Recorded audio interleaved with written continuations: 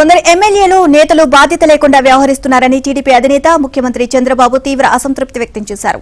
వారు చేసే తప్పులకు పార్టీ ఎందుకు నష్టపోవాలని నిలదీశారు. ఇలాంటి విషయాల్లో ఇక కఠినంగా వ్యవహరిస్తామని స్పష్టం చేశారు. బాధ్యత గల పదవుల్లో ఉన్నప్పుడు అత్యంత అప్రమత్తంగా ఉండాలి అని హితవు పలికారు.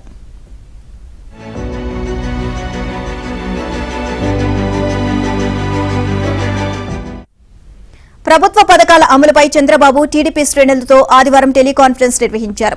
ఈ సందర్భంగా కొందరు ఎమ్మెల్యేలపై ఇటీవల కాలంలో వచ్చిన విమర్శలు, ఆరోపణలపై ఆయన సీరియస్ అయ్యారు. ముఖ్యంగా ఆముదాల వలస ఎమ్మెల్యే కూన రవికుమార్పై కేజీవీపీ ప్రిన్సిపల్ సౌమ్య చేసిన ఆరోపణలు, గుంటూరు తూర్పు ఎమ్మెల్యే నజీర్ అహ్మద్పై వచ్చిన లైంగిక వేధింపుల ఆరోపణలను సీఎం ప్రస్తావిస్తూ ఆగ్రహాన్ని వ్యక్తం చేశారు. జూనియర్ ఎన్టీఆర్పై అనంతపురం ఎమ్మెల్యే దగ్గుపాటి ప్రసాద్ చేసిన వ్యాఖ్యలను తప్పుపట్టారు.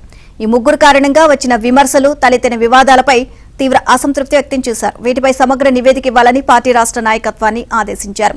గ్రూప్ తగాదాలు, అంతర్గత విభేదాలతో పార్టీకి నష్టం కలిగించేలా ఎవరు వ్యవహరించినా ఉపేక్షించేది లేదు అని స్పష్టం చేశారు.